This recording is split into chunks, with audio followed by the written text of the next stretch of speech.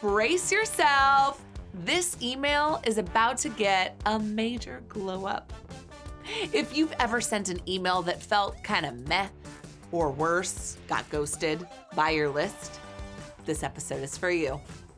I'm taking a real winery email, breaking down why it's probably underperforming and rewriting it live so you can steal the best practices and apply them to your own emails.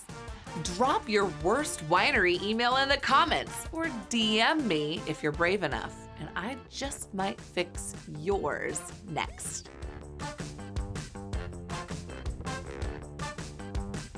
Welcome to the Email Mavens YouTube channel, the place for winery owners and marketing pros who want to sell more wine online by sending better marketing emails.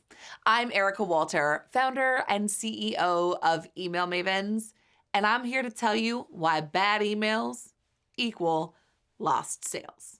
Your email list is, in my opinion, your second most important asset. That's right behind the delicious wine you're making vintage after vintage. So when you send an email without a solid strategy, when you overwhelm your customers with emails that aren't relevant to them, when you treat every member of your subscriber list the same, you are devaluing that asset. When you send an email, you have to ask, what is my goal? How do I know that I've achieved that goal? And most importantly, why does this matter to my customer? And then you write your email copy to answer those questions. Here's what we're going to fix in today's rewrite. We are looking at an email that one of our Email Mavens team received in their inbox.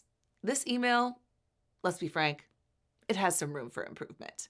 Now, the names have been blurred out to protect the innocent, but I'm going to talk about what they're doing right, and then I'm also going to rewrite the parts that need to be adjusted. Let's get started by breaking down the not-so-great email. Okay, so we are looking at an email here that when exported to a PDF was 8 pages long. I think you know what I'm gonna say. I mean, issue number 1 with this is that honestly, nobody is gonna read all of that. Issue number 2 with this is that even if people did read all of it, there is no way for us at the winery, like for the winery, not us, maybe I'm at the winery, you know what I mean. There's no way for them to know that they did read the whole email because there's like 2 links in this email total. This is a problem. And then issue number 3 with this is that an email of this length risks being so heavy that it doesn't get delivered. In painstakingly reviewing the content to parse out the actual strategy, this is a last chance email. Now, the winery has an inner circle that enjoys a guaranteed allocation and an extended circle of mailing list subscribers who have to wait patiently for their opportunity to gain access. With this email, the goal is to get our Maven to log in and secure access to a first-timer's offer. The measurable will be the number of allocations secured from this marketing email. And what's in it for the Maven receiving this email is that they will get bumped up to the main allocation list and have a guaranteed allocation going forward. Okay, now that we've parsed out the strategy, let's rewrite this sucker, starting with the first impression. Your subject line. We got like a pretty formulaic subject line here. It's like winery name, season, year, release reminder. So we want to rewrite this for curiosity, urgency, and value. How about a guaranteed allocation for first name? Or want guaranteed access to future allocations? How about you deserve an upgrade? Let's go a little bit further. We got some design and formatting fails inside this email, and obviously we've already addressed the bottom line here, which is that this email is way too long. Most of the email content is actually beautiful storytelling, and there's even minute markers for every wine being showcased so that the reader can actually go check out a podcast episode dedicated to their spring release. It's super cool. It's executed in a way that makes it rather tedious for the reader. So that's just like a general overview, right? We've got like a wall of text we need to clean up, and we've already given this email a new subject line, so we're gonna get higher open rates. We want to optimize the body content next. And we're going to start by giving this email a stronger hook to keep readers engaged. What we're working with is, spring 2025 winery name, first timers release reminder. So passive. How about we increase the urgency here by using specificity? Your first timers release access closes tomorrow. Okay, and then notice like way down here, with like scrolling away, there's this how it works section, which is subtitled incorrectly in my opinion, but it's also outlining like really valuable content like shipping incentives and engaging in-person pickup opportunities. This is an opportunity for us to identify whether the customer would be most likely to need their wine shipped versus able to come and actually hang out at the winery for one of those pickup parties. So this is a segmentation ploy that can then be incorporated to a secondary headline. We'd pull out $35 flat rate shipping on your 6-bottle allocation, or secure today for access to pickup celebrations on March X and March Y just for you. We've optimized our subject line and our headline, plus added a secondary headline, but now we gotta get some compelling body copy with storytelling and persuasion. So starting with just the intro, the way this letter is written has a real stream of consciousness vibe going for it. We wanna tighten that up and organize the information in a way that takes the reader step by step through what they need to do to take the action we want them to take. Obviously, we need to start by making it compelling, leading with the what's in it for me. We do that with the headline and our optimized secondary headline. So the introduction of the body text is the best way for us to close that curiosity loop. Here's what we're working with. Dear, insert first name here, our spring 2025 first timers release will be closing soon. Please follow the link below to be automatically logged into your account to view and purchase your allocation. Upon placing an order during this release, you'll graduate to our mailing list to receive guaranteed allocations during future releases. We're going to tighten that up, and it's going to become, drumroll, Dear, first name, our spring 2025 first timers release will be closing tomorrow at midnight.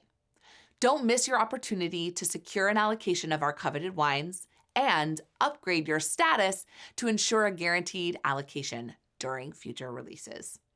Claim your first timers release with $35 flat rate shipping by clicking the Access Your Allocation button above, and we'll take it from there. See what I did there? We amplified the urgency, we increased the specificity, and we added more of the what's in it for me to the introduction. Now, if we wanted to, this email could be done, but I'm gonna move on to pages 2 through 8 of this email. Frankly, I would not send the rest of this email that you're seeing here in an email format. I would probably take all of this content and make it into a landing page on the website or a blog post. Every wine in their spring release has vintage and tasting notes, the scores, and the whole entire review with the score typed out, and a timestamp from a podcast episode where they actually talk about the wine. There's like content section like that for 1, 2, 3, 4, 10 wines. 10! It's just too much. I would take every wine in the spring release and boil that copy down to a snippet. Like a what's in it for me snippet that tells the reader why they should choose this particular wine for their personal collection. I would also include the score and the publication where given, but I would not type out the entire review. And I'd make each wine have a clickable link to that podcast episode where we're referencing like audio given notes, okay? I'm literally taking most of the content away here, but what I am adding is a link to buy or get the entire vintage notes for the wine so that all the work that went into producing this copy isn't a total waste.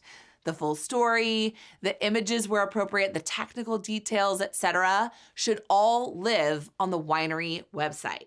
And we should give the customer a clear link to click to get more details. This way, I can easily see in the campaign metrics which of the wines got the most clicks, if people actually click to listen to the podcast from reading through all of this, and then what actually turned into sales on the website. Okay, we glowed her up. It's a glow up, and here is the before and after comparison. We've got our original, beautiful storytelling, if you have time to read, 8-page gloriousness. Names have been changed to protect the innocent. And then we have the reworked email. 8 pages down to just 2. It's easier to scan. There's more clear communication. It has content baked throughout to tell the reader why this should matter to them personally. And it has an increased chance of getting opened and seen because of the moves we've taken to enhance the subject line and the body copy. Before you send your next email, ask yourself, does this copy make my subscriber want to keep reading? Look at your subject line. Are you optimizing to capture attention? Reformat your text so that it's easy to read and leads with a captivating hook. And if you're still struggling, send me a test of your email and ask me to give you a glow up here on our YouTube channel. This kind of thing lights me up. And your bravery not only results in having a better end product to send to your customers, it gives other wineries inspiration to join the revolution and start sending marketing emails that sell, that don't suck. Until next week, keep pressing send on your next best email. Do it again. Do it again. We're doing okay. We're fine. Through what they need to do to take action that we want them to take. Did that sentence flow right?